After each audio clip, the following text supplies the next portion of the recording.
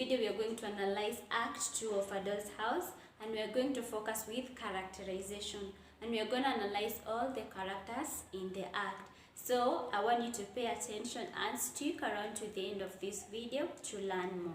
We're going to start with Nora, and the first trait in Act 2, she is manipulative and she is manipulating her husband. She's trying to use her influence as Helma's wife to make him allow Krogstad to keep his post at the bank. That is on page 60 to 61. So in that case, I'm not going to read, but I want you to read that page. You'll find that trait of her.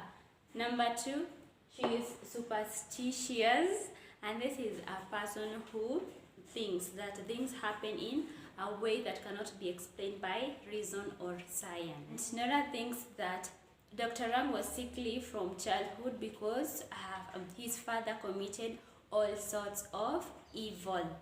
So let us check that on page 53 at the top. Now, yesterday it was very noticeable. I must tell you that he suffers from a very dangerous disease. He has conception of the spine pool creature. His father was a horrible man who committed all sorts of excesses, and that is why his son was sickly from childhood. Respectful. 1, she respects her husband, and in addition to that, when Dr. Rang reveals that he is in love with her, she had to decline in a respectful way. So that fact shows that she has respect for the husband. And next, she is secretive, and this is because she tells the maid not to tell anyone that Krogstad was in the home. That is on page 71. Well, let him come, but quietly. Helen, you mustn't say anything about it to anyone. It's a surprise from my husband. And in addition to that, on page 72, we learned from Krogstad that she had kept the secret of borrowing the money to herself.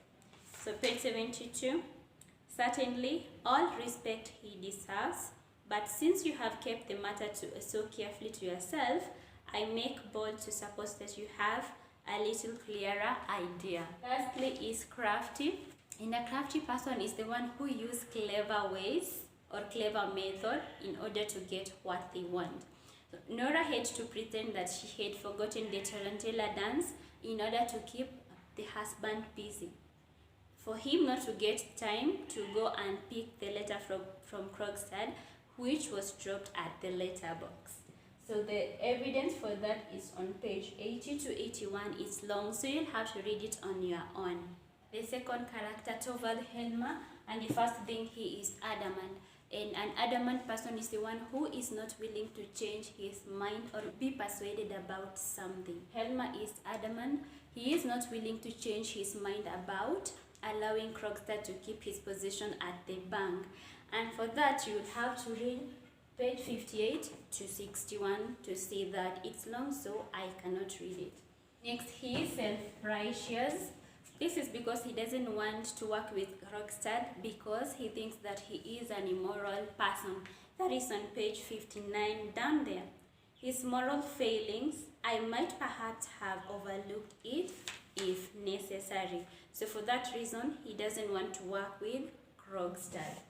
Next, he's helpful. That is on page 82. And in that case, he offers to help Nora to coach Nora the tarantella dance. Check that one on your own. Helma is also possessive, and we learn this from Nora, whereby on page 53 down there, Nora is saying, "This is quite right, Christine. Torvald is so absurdly fond of me, and he wants me absolutely to himself, as he says."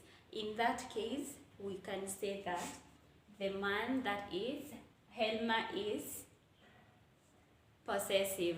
Lastly, Helma is petty, and a petty person is the one who cares about small or unimportant matters. We learn this from Nora, and she says that it is an narrow-minded way of Helma to fire Krogstad on petty grounds. That is on page 60.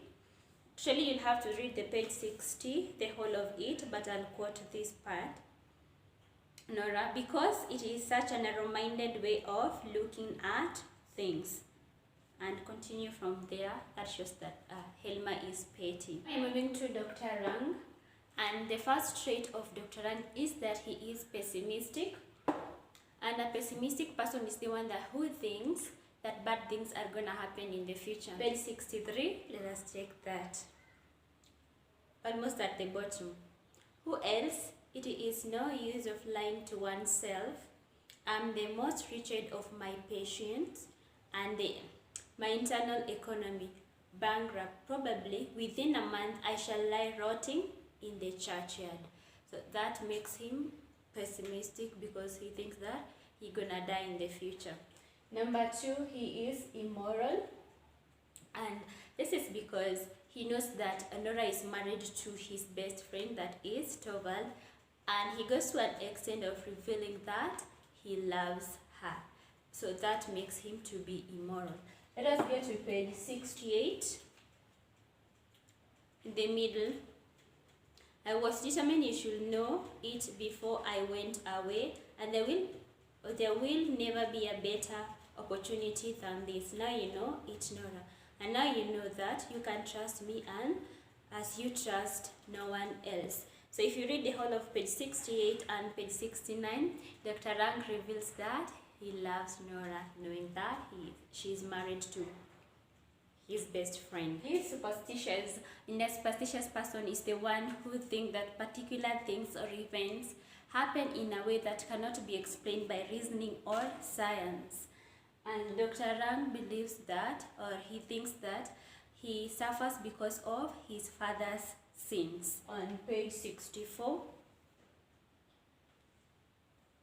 almost at the bottom, oh, it's mere laughing matter, the whole thing. My poor innocent spine has to suffer for my father's youthful amusement. He is jealous, that is on page 66, and he is jealous of Mrs. Linde, and he thinks that when he dies, Mrs. Linde will take his position in the home of the Helmers, that is the best friend of the family. So we move to page 66, up there. Oh, you don't mean to say you are jealous of poor Christine? Yes, I am. She will be my successor in this house when I'm done for. This woman will. Shh. Now you see, in that case, he is jealous. Mrs. Linde, and one trait of Mrs. Linde, she's helpful or kind, is because she offers to help Nora to mend the dress. That is on page 52 in the middle. And well, we will easily put that right. It is only some of the trimming come and soon, here and there, needle and thread, now thin, that's all we want. She is inquisitive. She asks Nora a lot of questions, and you'll find that on page 52 to 53. I'm not when you read to the part of Mrs. Linde, she's asking Nora a lot of different questions, like, is Dr. Rang always as depressed as he was yesterday? And then next part, my dearest Nora, how do you know anything about such things? So she is inquisitive, or in other words, you can say she is curious. She is honest or open because she tells Nora she is much like a child with little experience. Page 54 there. Listen to me, Nora, you are still very like a child in many things. And I'm older than you in many ways, and I have little experience more than you. In that case, we can say that she is open. She is saying things without hiding. And again, she is helpful on page 78. She offers to go to talk to Krogstad about picking back the letter that he had dropped at Helma's letterbox. That is on page 78, almost at the bottom. I will go at once and see Krogstad. And then she's saying there was a time when he will gladly do anything. So she went to talk to Krogstad about picking his letter back. Nils Krogstad, and the first trait of Krogstad, he's determined to keep his post at the bank, and he even goes to an extent of sending the letter that contained Nora's secret to the husband, to make him keep his position at the bank. So for that, you'll have to read page 74 to 75. He's manipulative and he's trying to manipulate Nora. If she doesn't use her influence as the wife of Helma, she's gonna reveal her secret of borrowing the money. So for that, you'll also have to read page 75 to 76. That's the end of our video today. Thank you for watching. I'll see you next time. In case you have any question, just ask and I'll get back to you. Thank you.